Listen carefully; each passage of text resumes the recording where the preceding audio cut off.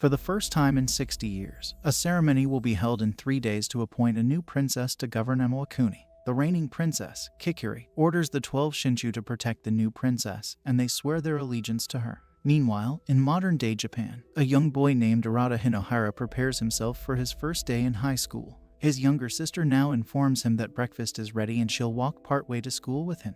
However, Hinohara refuses her kind gesture and chooses to embark on his journey alone. Next, it is revealed that despite enduring severe bullying during middle school from a boy named Kadoaki, Hinohara managed to form a friendship with a guy named Suguru. Later, Hinohara showcases his excellent running skills, prompting the coach to suggest that he join the sports club. However, Hinohara refuses and reveals that he's not interested in sports at all. Subsequently, Hinohara encounters Kadoaki, who informs him that nothing has changed since middle school and that he will continue to bully him. On the other hand, while being surrounded by bullies, Suguru reveals that he is tired of Hinohara's presence and that they were never friends to begin with. Overhearing this, Hinohara's trust shatters. The scene then transitions to Arata of Emowakuni as he attempts to flee from his grandmother, Makari. However, she retaliates by attacking him with her Amatsurugi, leading to his unsuccessful escape. Later, it is revealed that Arata belongs to the Haim clan and has the chance to become the ruler of Emowakuni. However, there is one condition. He must disguise himself as a girl since only princesses are permitted to govern Emowakuni. Kadoha, his childhood friend from the Anime clan, encourages him and offers to assist, but Arata refuses to dress like a girl. Consequently, Makari reveals that only a daughter of the Haim clan who possesses Amatsurugi can ascend to the throne of Emowakuni. Unfortunately, the Haim clan has not been blessed with a daughter for many years. That is why Arata must cross-dress as a girl to assume the role of the princess. However, Arata discloses that as a boy, he does not possess Amatsurugi, and if his true identity is discovered, it would result in his execution. Much to his surprise, Makari tells Arata that if the Haim clan doesn't have a daughter, the whole clan will be punished and wiped out. That's why she wants him to stay alive to protect their clan and the sacred Heigami, which is a divine Goshintai passed down by their ancestors. Then, Arata picks up the Goshintai, believing it to be a worn-out sword, and begins playing with it. Makari scolds him for his behavior, but her frail health causes her to collapse. Witnessing this, Arata accepts her requests and agrees to fulfill her demands. Later, while journeying to the capital, Kadoha reveals to him that only a daughter of the Haim clan who possesses Amatsurugi can control the Heigami, the gods of their world. Furthermore, Princess Kikuri has reached old age, and the Haim clan has not produced any daughters in the past 30 years. As a result, she has ruled for 60 years, so the fate of their nation now rests upon the upcoming ceremony. Arata, finally dressed as a princess, comes to understand that this act is merely a means to buy time while they continue searching for a genuine daughter of the Haim clan, who can fulfill the role and ensure the survival of their nation. Kadoha tells him that the ceremony will go on for 3 days, and he only needs to hold on for that duration, feeling overwhelmed with tension. Arata expresses his desire to vanish into a distant world. Afterward, Kadoha presents him with the Michihi no Tama, a charm she received from Princess Kikuri during her service in the capital. As a result, Arata becomes even more determined to deceive the princess and rescue his clan. Later, the ceremony commences, and Arata instructs Kadoha to return to the village and lead the villagers to a distant location, ensuring their safety. Meanwhile, he resolves to buy them time by facing the challenges of the next 3 days alone. Afterward, he encounters Princess Kikuri and is taken aback by the fact that she does not resemble an old crone as he had expected. To his relief, she fails to see through his disguise, and the ceremony begins with the 12 Shinshu attentively observing her. Arata feels embarrassed but intends to confess to the princess. However, Kannagi arrives and slashes the princess, causing her to collapse. Luckily, she encases herself in a cocoon to survive.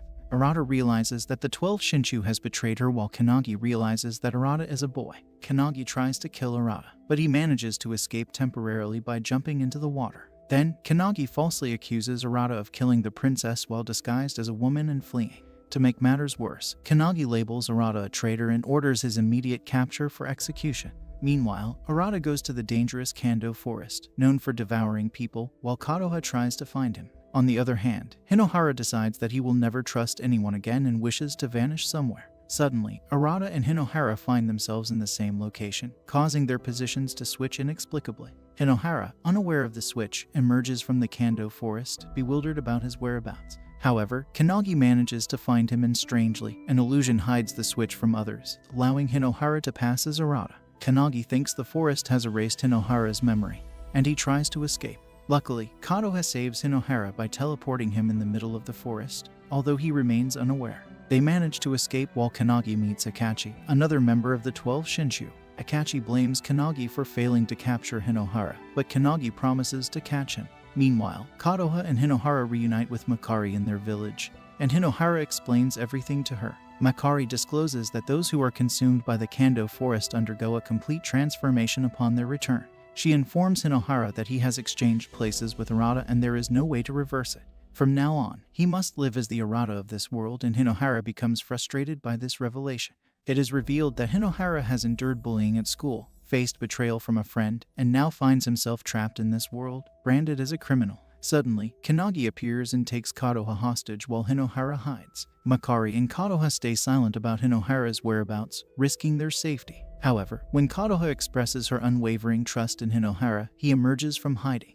Hinohara seizes Arata's Hayagami to confront Kannagi, but he is swiftly assaulted by Kanaga's Hayagami. Hamura, the god of fire. Makari instructs Hinohara to activate his Hayagami, and to everyone's surprise, he succeeds. Hinohara's Hayagami effortlessly overwhelms Kanaga's Hamura, leaving everyone in shock. Recognizing that Hinohara is a show, Kannagi retreats from the battle and suddenly, the building starts crumbling, but later everyone survives. Meanwhile, in Japan, Nao and her mother are unable to reach Hinohara. Unexpectedly, a half-naked man captures everyone's attention. Afterward, Hinohara's mother rushes forward and discovers that the half-naked man is none other than her son, Arata, who looks like Hinohara due to the illusion. Back in Emoakuni, Kannagi ponders over the enigma of how Hinohara's Kamui nullified Hamura's flames. He speculates that a new Hayagami may have appeared, introducing an unforeseen twist to the situation. Meanwhile, Makari, Hinohara, and Kotoha are hiding in a cave. Makari reveals a crucial truth to Hinohara. All the gods of Emoakuni exist in the form of swords, including the very one wielded by Kannagi, representing the god of flames. The radiant light emitted by Hinohara was none other than a Kamui, a mighty divine power. Moreover, Hinohara has been chosen as a show, an individual entrusted with the extraordinary power of the gods. Kotoha kindly offers him a meal, but Hinohara declines, feeling the need for some fresh air. Meanwhile, Akachi arrives on the scene and meets Kannagi, bringing news of changes to their plan. Now, the top priority is to bring Hinohara back alive, as he will be publicly convicted to re-establish the authority held by the 12 Shinshu. The scene shifts to Hinohara, who finds himself engulfed in a life-threatening crisis, unsure of how to navigate the dangerous path before him. Suddenly, Kotoha appears, holding a plate of cold food in her hands. She approaches Hinohara with a gentle smile and insists that he is Arata, despite his current memory loss. Hinohara tries to convince her otherwise, but Kotoha's belief in their connection remains unwavering. Unable to contain her emotions, Kotoha embraces Hinohara tightly, promising him constant support and reassurance. Her words convey a deep sense of loyalty and devotion, as she vows to always stand by his side. Their heartfelt exchange solidifies their bond, providing comfort and solace amidst their uncertain journey ahead. Meanwhile, Makari spots a group of people coming closer to their hiding spot, carrying torches ablaze with fire. Consequently, she decides to hide the Hayagami. On the other hand, Kotoha realizes that the Michihi no Tama she had given to Arata is missing. Curious, she asks Hinohara about it, and he sheepishly admits that he may have lost it. Without hesitation, Kotoha presents him with her own personal Michihi no Tama and commends his brave actions when he came to her rescue. To their surprise, Kannagi arrives. Holding Makari hostage, he threatens Hinohara, demanding that he come with him or else Makari will be harmed. Kannagi brandishes his Hamura and orders Hinohara to draw his Hayagami as well. However, Hinohara chooses a different approach. Instead of fighting back, he decides to surrender and submit to his capture. He understands the futility of resistance and accepts his fate. Hinohara is then taken to the capital, where a trial awaits him the following day. The trial will determine his future and the actions that will be taken against him. Suddenly, Hinohara's Michihi no Tama begins to glow, revealing a mirror that allows communication with Arata in Japan. Unaware of the truth, Hinohara confronts Arata angrily, accusing him of killing the princess. However, Arata surprises him by revealing the truth that all the 12 Shinshu had betrayed the princess. This revelation leaves Hinohara in shock and disappointment. Tired of having his trust betrayed, Hinohara seeks reassurance from Arata, asking if he can trust him. However, Arata's response shocks him further. Arata advises him not to trust him, explaining that the more someone insists on being trusted, the less trustworthy they become. Despite this, Hinohara informs Arata that Makari and Kotoha are safe as they were not taken away. Arata assures him that they will be able to return to their normal lives, and the communication through the mirror fades away. Later, the trial commences with the deliberations of the 12 Shinshu, determining Hinohara's fate. The scene shifts to Makari, who reveals that even if Hinohara receives a verdict, they still have some time. She asks Kotoha for a favor, and Kotoha immediately agrees. Meanwhile, in the court, it is revealed that the princess used her Amatsuraki to save herself, but she remains on the brink of death. Kannagi lies to the court, claiming that the 12 Shinshu deeply regret their inability to prevent this tragic outcome.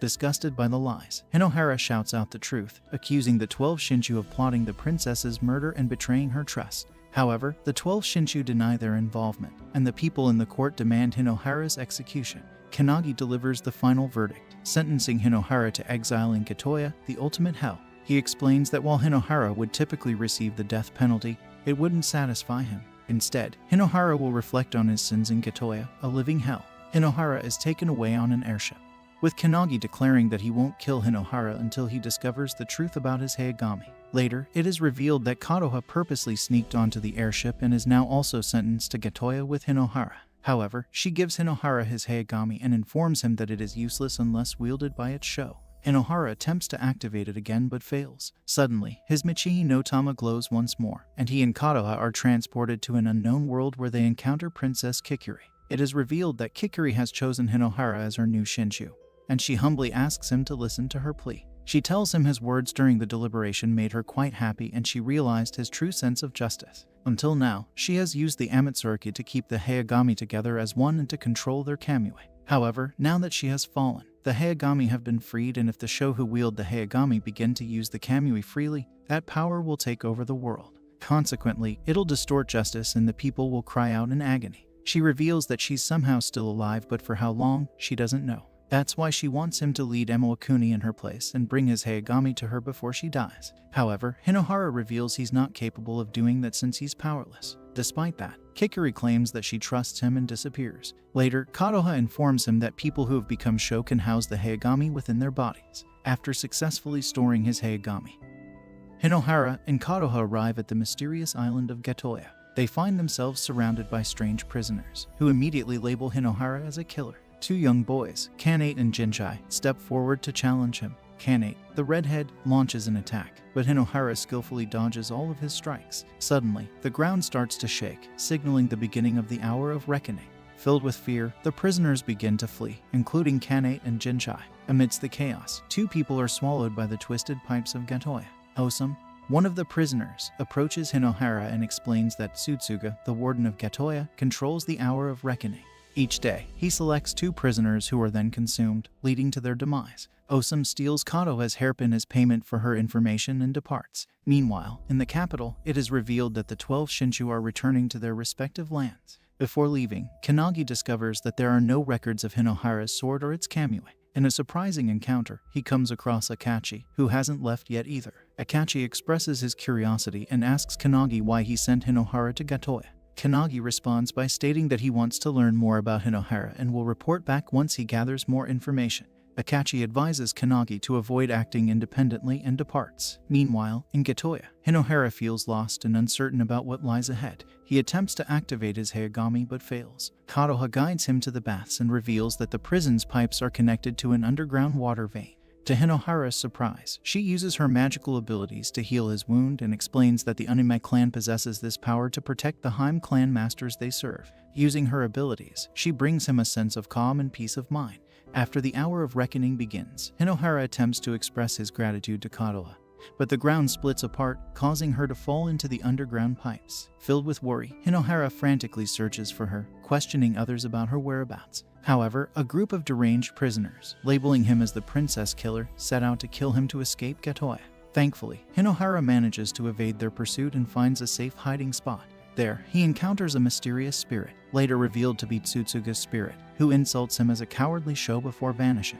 Subsequently, Hinohara encounters Osum once more, who informs him that Kanate has abducted Kotoha and warns him about Kanate's troublesome nature. This time, Osum decides to provide the information without charging a fee. Meanwhile, it is revealed that Kanate and Jinchai have rescued Kotoha, but Kanate becomes flustered as he harbors feelings for her. On the other hand, Hinohara unexpectedly crosses paths with Jinchai. Feeling shy and concerned, Kanate decides to check on Jinchai, only to find him unconscious near Hinohara. Filled with anger, Kanate launches an attack on Hinohara, but this time Hinohara skillfully blocks all the strikes with his sword. Determined to protect Kotoha, Hinohara's resolve strengthens. Suddenly, one of Bluebeard's minions, Zanji, appears to attack Jinchai. Swiftly, Hinohara delivers a powerful kick to defeat the minion effortlessly. Jinchai reveals that earlier, he was attacked by other prisoners who stole his precious ring, but Hinohara came to his rescue. Enraged by the theft, Kanate asks Hinohara to take care of Jinchai while he goes to retrieve the stolen ring from the prisoners. Kadoha uses her healing abilities to nurse Jinchai back to health, and he shares his past with her. As a child, he was kidnapped by a gang of thieves, but Kanate became his older brother and protected him. Unfortunately, when the gang faced false accusations, Kanate and Jinchai were framed for what happened, resulting in their imprisonment in Gatoya. Jinchai's ring holds great sentimental value, as it was given to him by his mother when they were separated. Filled with determination, Hinohara resolves to deliver his Hayagami to Princess Kikiri and find a way to escape from Gatoya. However, Jinchai reveals that it's nearly impossible because Warden Tsutsuga is a Sho who possesses a Hayagami, holds ultimate authority, and cannot be defied. Suddenly, Kanate returns unharmed with the stolen ring and instructs Jinchai to hide it. He expresses his gratitude to Hinohara for saving Jinchai and challenges him to resume their interrupted fight. As they prepare to clash, the hour of reckoning strikes again, and Tsutsuga engulfs Kanate in his monstrous form. Tsutsuga then turns his attention towards Hinohara, but Jinchai bravely pushes him aside and is swallowed in his place. Filled with anger and determination, Hinohara vows to save both Kanate and Jinchai, unleashing his resolve to confront Tsutsuga and challenge the prison's oppressive rule. Hinohara and Kadoha venture through the prison's pipe-filled path, searching for Kanate and Jinchai. Kadoha feels scared, but Hinohara assures her that he will protect her. Meanwhile, Kanate and Jinchai wake up, finding themselves tied up to the pipes. Despite Kanate's efforts, he struggles to break free from his restraints, and Tsutsuga announces the beginning of the judgment process. Meanwhile, Hinohara and Kadoha coincidentally encounter Osum, who invites them to come down. However, Hinohara denies it and informs her that he has to save his friends. The only way to do that plus break out of this prison is by defeating Tsutsuga, which shocks her. She advises him to renounce his cause, but Hinohara respectfully refuses, and she returns Kadoha's hairpin she stole earlier. On the other hand, Kanate pleads for his life and Tsutsuga gives him one last chance. He orders him to fight Jinchai. The winner between them will be declared innocent and set free. What's worse is, if he refuses he'll die, so out of helplessness, Kanate agrees. Tsutsuga throws their weapons, but Jinchai begins crying and refuses to fight his brother. Kanate gets furious and urges him to fight while rushing at him. Meanwhile, Hinohara and Kadoha finally find them only to witness them fighting each other to death. Hinohara steps in and tells Tsutsuga to stop this madness, but he refuses to allow anyone to interfere with his sacred judgment and attacks him.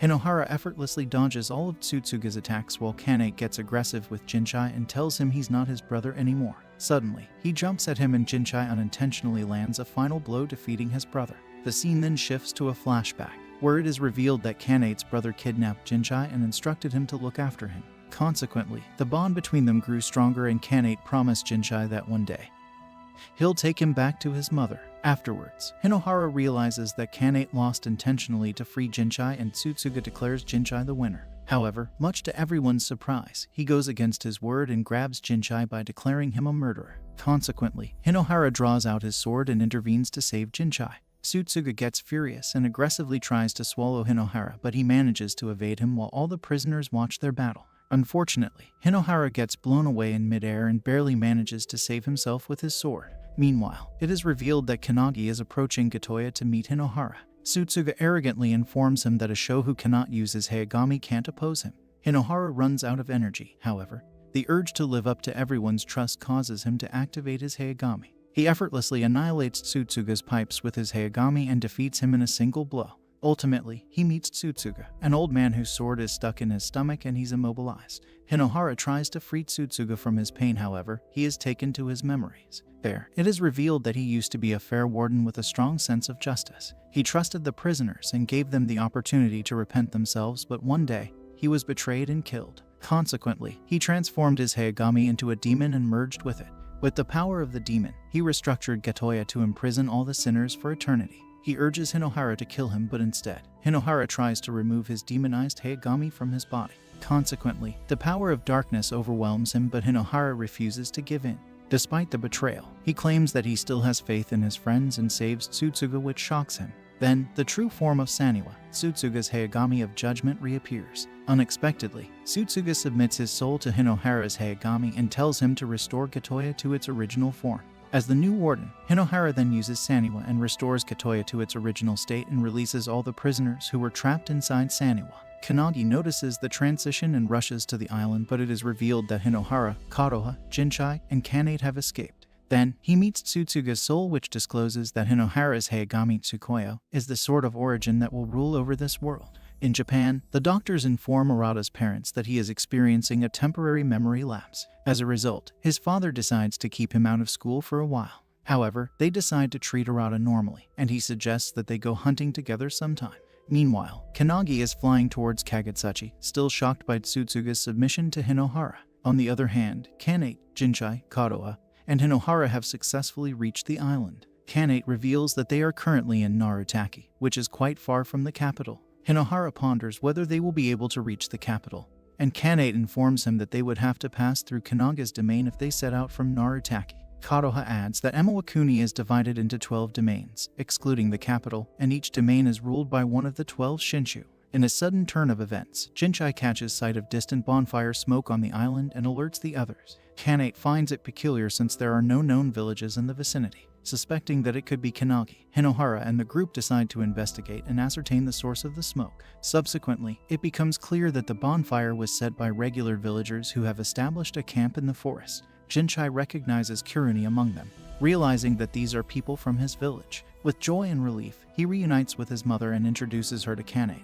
who receives heartfelt gratitude for saving Jinchai. However, Kanate starts to feel a sense of unease. In the conversation that follows, Kiruni explains that with the princess's downfall, chaos is poised to engulf the nation. As a preemptive measure, they decided to migrate to the borderlands before the outbreak of war. Kanate adds that ultimately, only one person can rule a nation, a king or a princess. Kadoha further elaborates that the king is the highest-ranking Sho, and in the past, the 12 Shinshu fought amongst themselves for the throne. However, the princess took control of the Kamui and assumed the throne, bringing about a period of peace. Now, with her absence, the nation is likely to regress into an era of warfare. Amidst their conversation, Jinchai interrupts to inform Kanate that they need to continue their journey. They eventually make a stop near a secret waterfall. After Kiruni informs them that the path to the borderlands only opens once a month, he bids farewell to Hinohara and Kadoha, leaving them to continue their journey alone. Subsequently, Jinchai also bids them goodbye, eager to move forward with Kanate.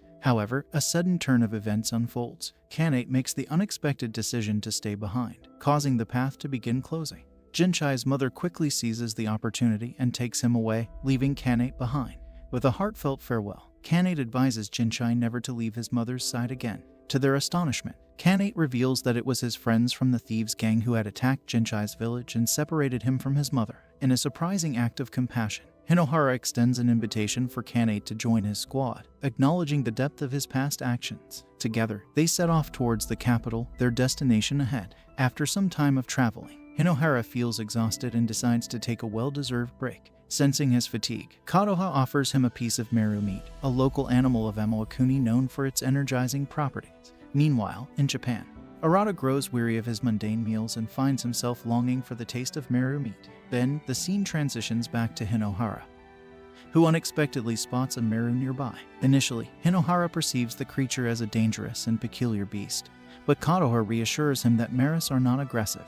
To their surprise, the meru suddenly starts pursuing them, prompting Hinohara, Kadoha, and Kanate to run for their lives. They manage to evade it while it continues its relentless chase. Eventually, they encounter a young girl named Honi, who confesses to stealing a meru egg for her mistress. It becomes apparent that the angry meru is reacting to the theft. Out of nowhere, the persistent meru reappears, this time singling out Kanate as its target, causing him to frantically flee. Meanwhile, Honi opens up about her intention to give the stolen meru egg to her pregnant mistress, as the eggs are considered highly nutritious. However, their hopes are dashed when the egg unexpectedly hatches, revealing a baby meru instead, crushing Honi's plan. Just then, Kanate returns accompanied by a man named Ohika. In a sudden turn of events, Hinohara collapses from exhaustion. Fortunately, Ohika takes it upon himself to bring Hinohara to his home, where his wife Fuyo provides him with the necessary medicine to alleviate his fever. While recovering, Hinohara glances at his phone and notices a text message from Suguru requesting to borrow a game. Choosing to ignore it for the time being, Hinohara finds himself engrossed in the current situation. In a surprising revelation, Kanate fills in Hinohara, disclosing that Ohika is Kanaga's loyal Zokusho. Zokusho are the trusted servants of the 12 Shinshu. and if Oika discovers the truth about Hinohara's identity, it could spell trouble for him. To their astonishment, Oika arrives at that very moment. Later, Oika utilizes the power of his Hayagami's Kamui, Kanri, to reconstruct Kanate's weapon. He explains that Kanri can also create farm tools and occasionally armor. Oika shares his positive experiences with Kannagi, emphasizing the respect and camaraderie between them. He mentions that when he shared the news of his wife's pregnancy, Kannagi was genuinely happy for him. Meanwhile, Honi expresses her admiration for Oika and her desire to wear a dress like Kato.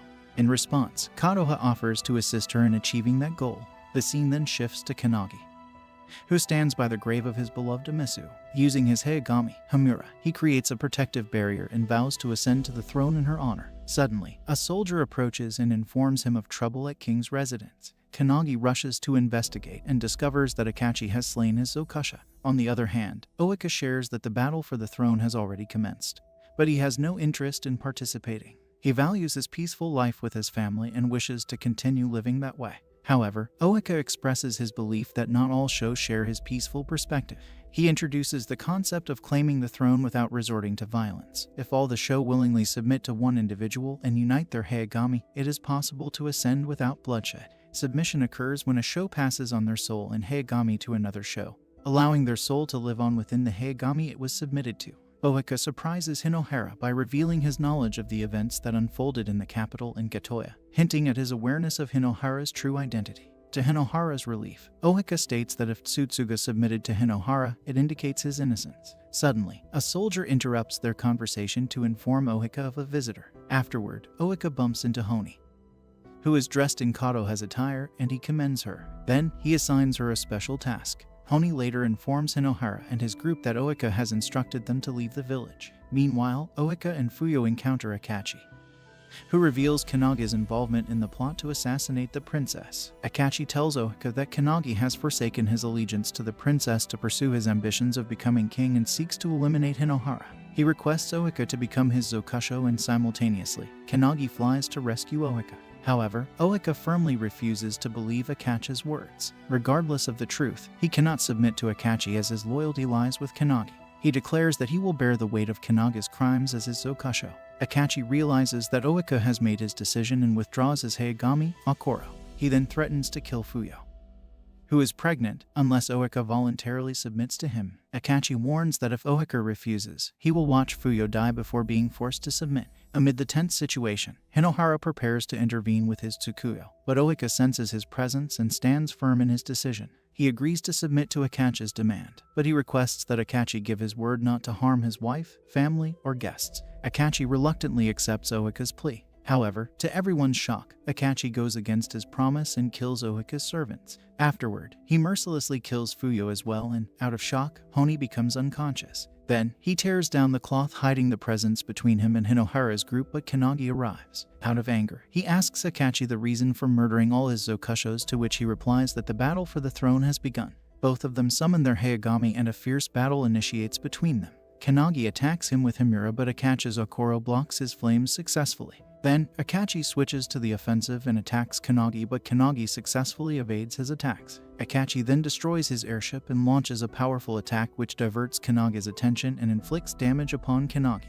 Consequently, Akachi seizes the opportunity and gains the upper hand while the others get blown away in the air, but Hinohara saves them. Kannagi furiously asks Akachi the reason for all the killing again. This time, he reveals that Amisu loved him, yet he failed to save her from the flames, which distracts him for a while. As a result of which, Akachi steals his Hayagami and forcefully tries to submit its power to him. Kannagi still doesn't give up and tries to assault him, but Akachi blocks his punches. Akachi then calls Kannagi a traitor and wishes that the agony will remain with him forever, along with the sin carved into his right shoulder. Afterward, Akachi reveals that he won't kill him and instead, he'll force him to submit himself. Unable to withstand this unfairness, Hinohara intervenes and calls Akachi a demon with no soul. However, Akachi replies to him that once you become a show, it's either submit or be submitted to. Afterward, he grants Kannagi a reprieve to let him continue to suffer in his agony and leaves. Later, Honi requests Kannagi to bring her master back, but he replies that he cannot because once a show who's been submitted and absorbed by another's Hayagami, he can never return. He shouts that he can't retrieve Oika and gets frustrated since he lost his Hayagami as well. Honi begins crying in agony and Kannagi prepares to leave. However, Hinohara interferes. He blames Hinohara for the war and for betraying all the Zokushos who believed in him. However, Kannagi reveals that they were under the control of the princess all the time and he couldn't let this opportunity pass him by. He wished to set Hamura free, but now he has failed miserably. Out of regret, he leaves and Honi tells Hinohara that she despises all the show, including him. Afterwards, Hinohara leaves, but Kanate reminds him he has to lead the nation one day. Much to his surprise, Hinohara snaps and tells him that he will never become the king. Meanwhile, in Japan, Arata notices Suguru waiting for him outside his house. However, when he calls him, Suguru begins to run away, but Arata catches him instantly. Afterwards, Suguru gets surprised, which confuses Arata, and he asks him the reason. Therefore, Suguru reveals that he hasn't been coming to school lately, which is why he was surprised. Then, he returns the movie Arata lent to him and thanks him before leaving. The scene then shifts to Hinohara sitting alone and blaming himself for the death of Fugo. He wishes to get stronger without causing any violence and make Akachi submit to him. However, Kanate informs him of the reality. He can either sit idle and sulk forever, or he can get stronger to lead the nation one day. Consequently, Hinohara realizes that he was being irrational, and Kadoha informs him that his Heigami is the legendary Heigami named Tsukuyo. It is the sword of origins, one that doesn't fight but will reign over the world. Hinohara summons Tsukuyo by its name and gains full control of it, while Kannagi notices the light from afar. The next day, Hinohara promises Honi that he'll rescue Oika from Akachi. Meanwhile, in Japan, Arata goes to school and meets Kadowaki. He believes Kadowaki is Hinohara's friend and wishes to know everything about Hinohara from him. However, before Kadowaki could say something, suddenly, Hinohara's mother intervenes and takes him with her. Later, it is revealed that she told the principal that the memory of her son hasn't returned yet, but he insisted on going to school, therefore she requests him to stay lenient. Meanwhile, out of anger, Kadowaki summons Arata to the roof and calls him a liar who's faking amnesia. Anyhow, Arata gets tired of his big shot attitude and Kadowaki tries to punch him. Much to his surprise, Arata blocks it effortlessly and kicks him in the gut before leaving. Back in Iwakuni, Kadoha falls while crossing a river and Hinohara decides to take a stop in the grove they passed earlier. At the same time, Kannagi observes them from afar, and later it is revealed that Kadoha's ankle has been swollen. Kanate asks her if she can heal it herself, to which she replies negatively. She reveals that the members of the Uname clan can't heal themselves. Consequently, Kanate goes out to look for medicinal herbs, leaving Hinohara all alone with Kato. Later, she hugs him and proclaims that sometimes she feels like he's far away from her and it makes her feel lonely. She's implying that she has feelings for him, but Hinohara ignores her and goes out because he's not Arata. Afterward, he again meets Arata through the Michihi no Tama and fills him in with all the information about the recent event. Arata realizes that things are getting dicey in Iwakuni and asks him about Kadoha. However, Hinohara ignores his question and asks him how he feels about Kadoha. Arata reveals that they've been friends since their childhood and he considers Kadoha her little sister, a precious little sister he has to protect in any circumstance. Consequently, he requests Hinohara to protect Kadoha in his place, and the scene shifts to Kanate, who reaches Amisu's grave. He finds the medicinal herbs on her grave, but suddenly, he gets surrounded by huge flames. On the other hand, Arata informs Hinohara that he went to the school and beat up a guy named Kadowaki. Hinohara gets shocked and suddenly, the mirror fades away. While returning to Kadoha, he encounters Kannagi, who tells him to hand over his Heigami, Tsukuyo. Hinohara manages to free himself and suddenly, the place gets lit up with huge flames. A fight begins between them and Kannagi reveals that without Hamura, he no longer controls the flames. What's worse is that a lava flow runs along an underground vein in this area and occasionally, it bursts through the surface. The flames here devour people, but being a show, he's immune to them and the flames are still his very being. Afterward, Hinohara summons Tsukuyo and instantly destroys all the flames. Kannagi gets tempted with the power of Tsukuyo and orders him to hand it over. If he does, he'll kill him painlessly. He informs Hinohara that he'll use Tsukuyo to make Akachi submit and get his Hamura back. Kannagi approaches him fearlessly, but Hinohara gets frozen and he easily steals his Tsukuyo. However, before he can kill Hinohara, Kadoha interrupts him and requests him to stop this madness. While running, she gets caught in the flames and Kannagi recalls the time when the same thing happened to Amisu. Hinohara uses this opportunity to run away from Kannagi and jumps into the flames to save Kato. However, he also gets stuck with her, and to their surprise, Kannagi rescues them. Afterward, it is revealed that during Kanaga's childhood, his father introduced him to the new helpers of the mansion, who were Akachi and Amisu. However, as they grew up, Kannagi and Akachi became best friends. They used to spar together, but Akachi would always win while Amisu cheered for Kannagi. One day, Kanaga's father was killed by the revolting servants, but he, along with Akachi and Amisu, tried to escape. They were chased by the servants and Akachi decided to stay behind to let the other two escape. Consequently, Kannagi and Emisu escaped. However, in the present, Katoha fails to heal the wound on Kanaga's right shoulder. Kanate believes he's sure that it's a wound Kannagi received before he became a Sho and wakes up. Afterward, it is disclosed that Kannagi and Emisu left Haniyasu but later arrived in Kagutsuchi where they were saved by Oika. All the people of Kagutsuchi were nice. That's why Kannagi and Emisu decided to live out their lives here, but an adversary took place. Kannagi became ill for 5 days, and Emisu decided to look out for medicinal herbs. However, Oika informed her that the underground vein is active right now and they must wait until it calms. Despite the warning, Emisu went on to look for the medicinal herbs and got trapped in the flames. Anyhow, an ill Kannagi found her, but his right shoulder was caught up in flames and Emisu died right in front of his eyes. Consequently, out of regret, he tried to kill himself as well, but Hamura, the god of flames, chose him as his Sho and he survived. The scene then shifts to Emisu's grave where Hinohara offers Kannagi to join his group. Meanwhile, it is revealed that the mysterious 6 Shus are on the move. The 6 Shu reveal that the princess's Amatsuraki, her life force, is gradually weakening. Without proper care, she will eventually perish. However, Hinohara is determined to reach the capital and save her. Moreover, they reveal that Tsukuyo, the Sword of Origins, has awakened after a long slumber. If the princess can come into contact with Tsukuyo, she has a chance of being revived.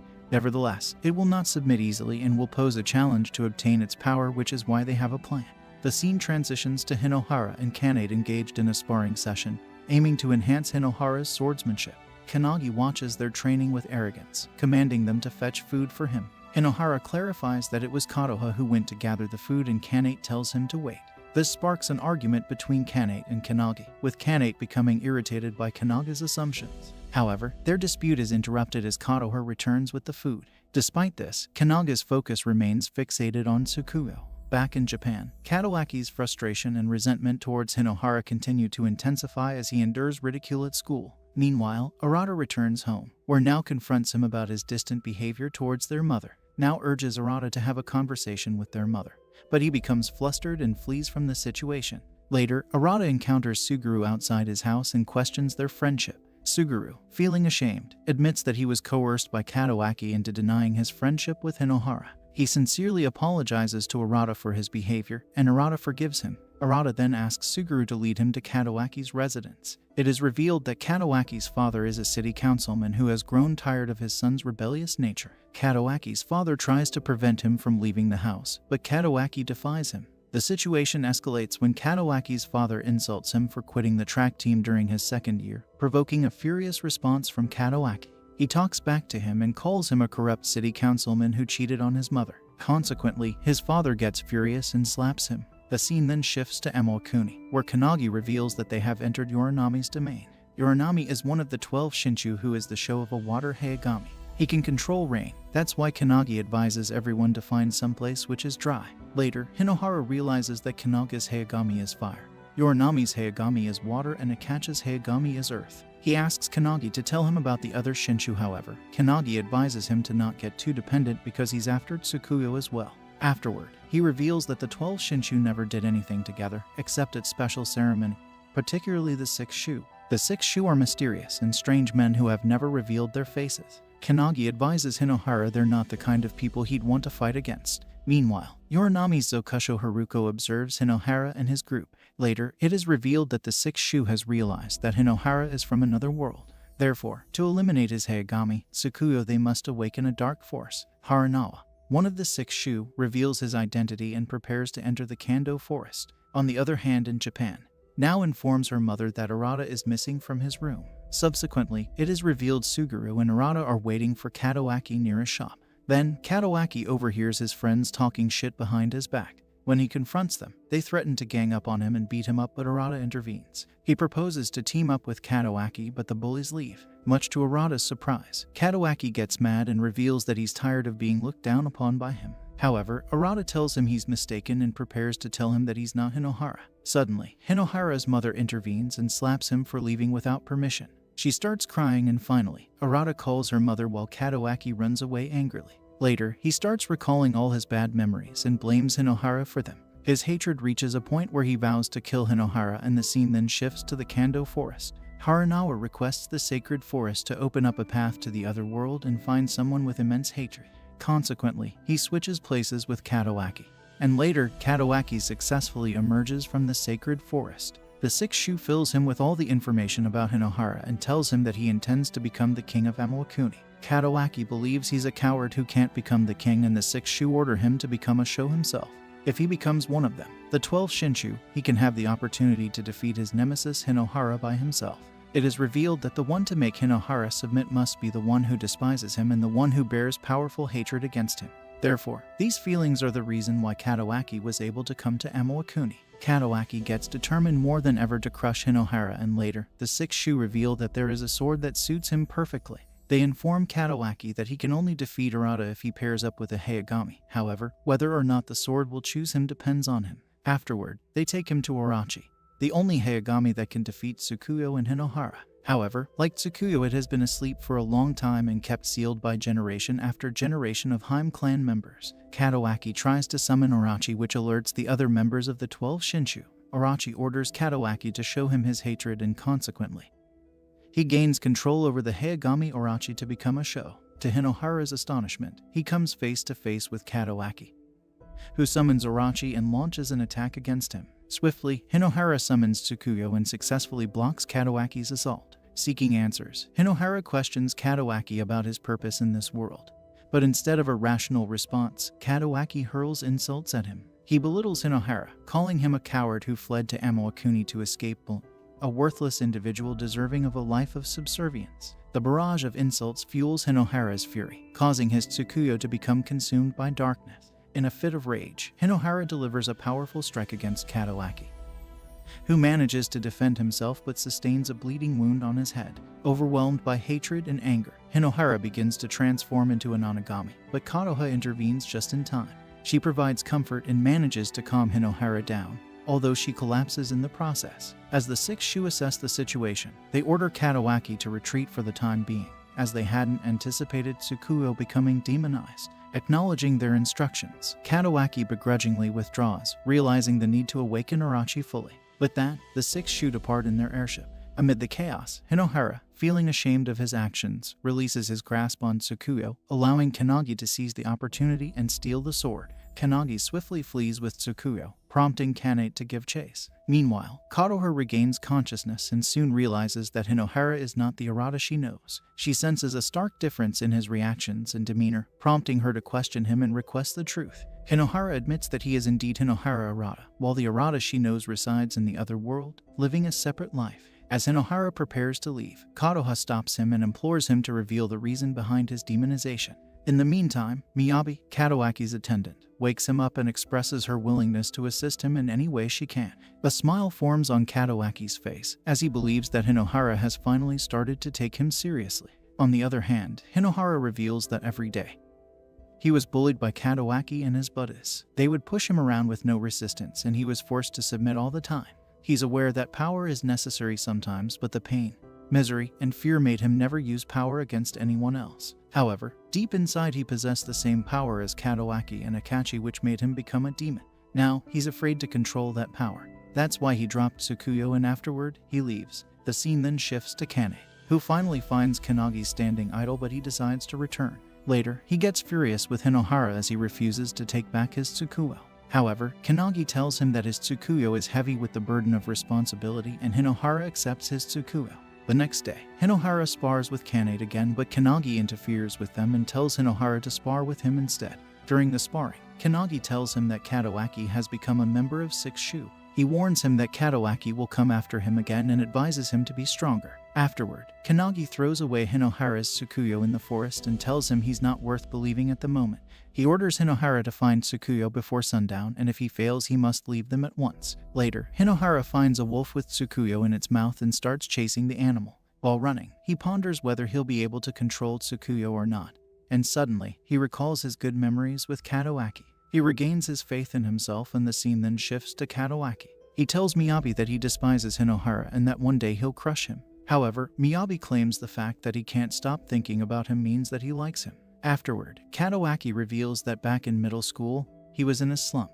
However, out of pity, Hinohara slowed down during their race, which made him furious. Katawaki thought Hinohara was his only friend who didn't look down upon him, but he was betrayed by him. On the other hand, Hinohara completes the quest of Kannagi and gains his approval. Afterward, he walks up to Kanate and tells her that Katawaki got him past his hesitation. Suddenly, he hugs her and reveals that he wishes to change Katawaki's heart. He promises her that he won't ever become a demon, and both of them realize they're in love. Somewhere else, Haruko notices that Hinohara has the power of darkness and the heart to calm it as well. He believes perhaps he's the one who can return Yorinami to what he was. Yorinami has been observing Hinohara all this time, who has finally reached his domain. It is revealed that Yorinami has become ruthless and demands perfection. He traps Shisachi, his Zokusho, in a water bubble for his failure to control the salt supplies over Iwakuni. However, after a lot of pleading, he sets him free and announces that those who are going to serve him must be flawless in their duty.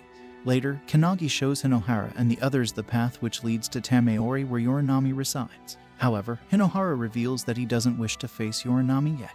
Before he meets him face to face, he needs to know his personality and what he's like. Consequently, he must meet Yorinami's Zokusho first. Kotoha agrees as she reveals that Hinohara doesn't make others submit by fighting. Instead, he calms their desire to fight and accepts the life force they gave him. Later, Kanagi takes them to the most prosperous city of Emawakuni, Suzukura. He reveals that Yorinami's Zokusho rules this city, although he's never met him, but his name is Haruko. Afterward, they find that there's a passage tax for both entering and leaving the city. Unfortunately, they're short on money, and if they want to enter the city, they'd have to work off what they owe. Suddenly, Haruko arrives and introduces himself with his alias Suhiro. He takes them inside and shows them to the city. However, he reveals that men work in the quarry while women work in the textile workshop, and he'd get them a job. Later, Kanate and Hinohara are appointed to break huge rocks while Kanagi's job is to transport rocks. It is revealed that the rules for slacking off in this city are quite strict, and not even little kids are granted any sort of leniency. Suddenly, Kanate and Hinohara notice a little kid struggling to transport rocks. Meanwhile, Hinohara meets Kotoha during the break, and this time, they behave a bit awkwardly with one another. Meanwhile, one of the members of the Sixth Shu informs Katawaki that they're flying toward Haniyasu. There, he wants him to meet a man who has experienced something similar to what happened between him and Hinohara. It is revealed that the man he's talking about is none other than Akachi, who mercilessly killed the barbarians when the Kamui of the 12 Shinshu were temporarily unleashed. On the other hand, Hinohara roams the city while asking around about Haruko. Suddenly, he meets Suhiro, who informs him that Yorinami was the one who came up with the laws of this city. Thanks to him, this city has grown to become the most prosperous city in the country. The next day, the little kid is blamed by the other workers for breaking a valuable wagon. Consequently, the chief fires him and doesn't give him his pay either. Kanate gets furious and prepares to fight, but Suhiro intervenes. Later, it is revealed that there are slums behind the city's lively facade. Everyone who arrives in Suzukura hopes to get rich quickly, but the reality isn't simple. The little kid Ruka reveals that his parents were wholesale dealers who got sick and died last year. Afterward, they went bankrupt and all the workers quit their jobs. What's worse is that the chief was the head clerk at their shop. Kanate suggests he leave the city, but Ruka reveals he doesn't have enough money. Later, Suhiro tells Kanagi that Haruko has developed a liking for Hinohara. Kanagi praises Hinohara and tells him that he's a formidable man. During the evening, Kanate prepares soup for everyone, which reminds Hinohara about his mother. He recalls that during the period of bullying, his mother always supported him. Consequently, he tells Ruka that the world is a cruel place and he must stand up to fight for himself. Kanate and Hinohara reveal that tonight they'd help him escape the city. On the other hand, Katawaki clashes with Akachi and offers to join him. He tells him that his nemesis Kanagi has teamed with Hinohara, but Akachi calls Katawaki a rugrat and refuses to join him. Afterwards, Katawaki expresses his desire to destroy Hinohara, but Akachi points his Okoro at his face and tells him he cannot defeat Hinohara. He believes Katawaki is trapped by the phantom of the bond reflected in his eyes and sets him free by stabbing his eye. Back in Suzukura, Kanate and Hinohara help Ruka escape the city, but Suhiro interrupts them. Then, he reveals that his real name is Haruko, and he's Yorinami's #1 Zokusho. He attacks Hinohara with his Heigami, Takara, which produces money, but Hinohara easily gains the upper hand. Then, Hinohara's sense of justice gives him hope, and he claims that only he is capable of turning Yorinami into the person he once was. Lastly, Haruko promises Ruka that he'll change the city and decides to defy Yorinami. Hinohara and his group reach Yorinami's exquisite palace, Tameori. Afterward, it is revealed that Yorinami's mother was always dissatisfied with him and told him to train in martial arts. Now, his desire to claim the throne is to please his mother's desire. Meanwhile, Kotoha tells Hinohara that she'll watch over him until the day he returns to Earth and leaves. Later, she gets abducted by Yorinami in a water bubble, which causes him to carelessly rush toward Tameori. There, he finds her trapped in a water sphere and tries to break it with his Tsukuyo but fails. Then, he meets Yorinami, who tells him to either submit to him or make him submit. Then, Kotoha will be set free. He reveals that he'll do whatever it takes to fulfill his mother's wishes and tells her to watch him. Afterward, he summons his Hayagami, Nakasawa, and attacks Hinohara, but he blocks it with Tsukuyo. Moreover, Yorinami traps Kannagi and Kanate to prevent them from interfering. At the same time, all of Yorinami's Zokusho observe the battle while rooting for Hinohara. Meanwhile, it is revealed that Akachi was impressed by Katawaki's resolve to kill Hinohara. Consequently, he gave his eye to him and told him to fly toward Tamaori to kill Hinohara. The scene then shifts to Hinohara, who gets distracted by Katoha and gets trapped by the time reversal jutsu of Yorinami. Much to his surprise, Katawaki intervenes with the resolve to defeat Hinohara. He attacks Yorinami but gets trapped in the same jutsu. Yorinami reveals his jutsu causes the enemy to submit to him while they're asleep. On the other hand, Hinohara meets his mom, who consoles him about everything he complains about. However, suddenly she tells him to submit to Yorinami, but he refuses and Yorinami gets mad. He believes no one can defy their mother and decides to kill Hinohara. Fortunately, Hinohara hears the sound of Katoha's voice and realizes that he's in a trap. Afterward, he breaks the jutsu and rescues Katoha as well. Yorinami tries to trap him again, but his Hayagami loses its will to fight. Later, it is revealed that Yorinami's real mother died a long time ago and he created an illusion for himself, a water doll. Yorinami reveals despite his achievements, his mother never acknowledged him. Even after he became one of the 12 Shinshu, she showed a face of disgust, but before her death, she gave him a memento. It was a box that he never opened nor intended to. Katoha tells him to open it as there might be a message in it, and he finds his mother's locket in it. Much to everyone's surprise, Shisachi reveals that he knew the true nature of Yorinami's mother. She always loved him and wanted him to become strong enough to battle chaos. Consequently, he apologizes to everyone for being so harsh, and suddenly Katawaki interrupts him. Katawaki tempts Hinohara to become a demon and kill him, but he refuses. Hinohara reveals he'll change his heart. However, Katawaki calls him a fool. Katawaki reveals his heart only yields to power and orders Hinohara to fight him. Kannagi notices that Katawaki's Hayagami, Orochi, has evolved. The two exchange blows with their swords and the battle between the two Hayagami begins. Hinohara tries to run away and Kikuri tries to connect with them. Meanwhile, Katawaki continues to attack using Orochi and orders him to submit to him. Kanate and Katoha cheer for Hinohara, which makes him realize that he's carrying the trust of numerous people. Katawaki gains the upper hand, but everyone else decides not to intervene as it's Hinohara's fight. Yorinami reveals since Tsukuyo doesn't possess offensive Kamui, it can do nothing if it can't nullify Orochi's Kamui. Consequently, he bids farewell to everyone and decides to submit to Hinohara. Hinohara shows reluctance, but Kannagi informs him that submitting to another is not to be killed or sacrificed. Rather, it is leaving one's life force in one's hands. Then, he urges Hinohara to accept Yorinami's life force. Consequently, Yorinami submits to him while destroying his palace, and the battle begins again. The two clash their swords, but this time Hinohara gains the upper hand and completely awakens his Tsukuyo. Tsukuyo's new light Sausei no Hinoa makes Hinohara appear like a king, and he lands the final blow. Ultimately, he wins the fight and sends Katawaki flying. Afterward, Katoha arrives and hugs him. In the aftermath, all of Yorinami's Zokusho also submit to him. Afterward, he informs Arata about everything while the Sixth Shu prepares a new plan to defeat Hinohara. Later, it is revealed that all the remaining 12 Shinshu aim to compete against Tsukuyo while Kannagi vows to defeat Akachi. Meanwhile, Katawaki praises Hinohara's strength and wishes to surpass him one day. Princess Kikuri, on the other hand, waits for Hinohara to arrive in the capital. That's all for today. If you enjoyed our video, do give us a like and subscribe to our channel for more amazing content.